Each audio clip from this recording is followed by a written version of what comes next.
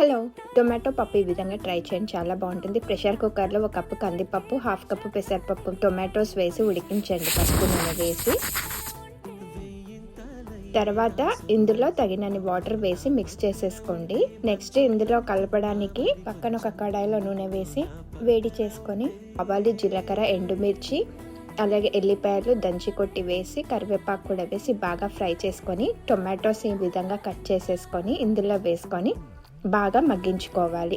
తర్వాత ఇందులో టేస్ట్కి తగ్గ ఉప్పు, కారం, రెగ్యులర్ కారం కాకుండా నేను కాశ్మీరీ రెడ్ చిల్లీ పౌడర్ వేసుకుంటానండి, ఇంగువ, కాస్త ధనియాల పొడి కూడా వేసేసుకొని బాగా మిక్స్ చేసేసుకోవాలి.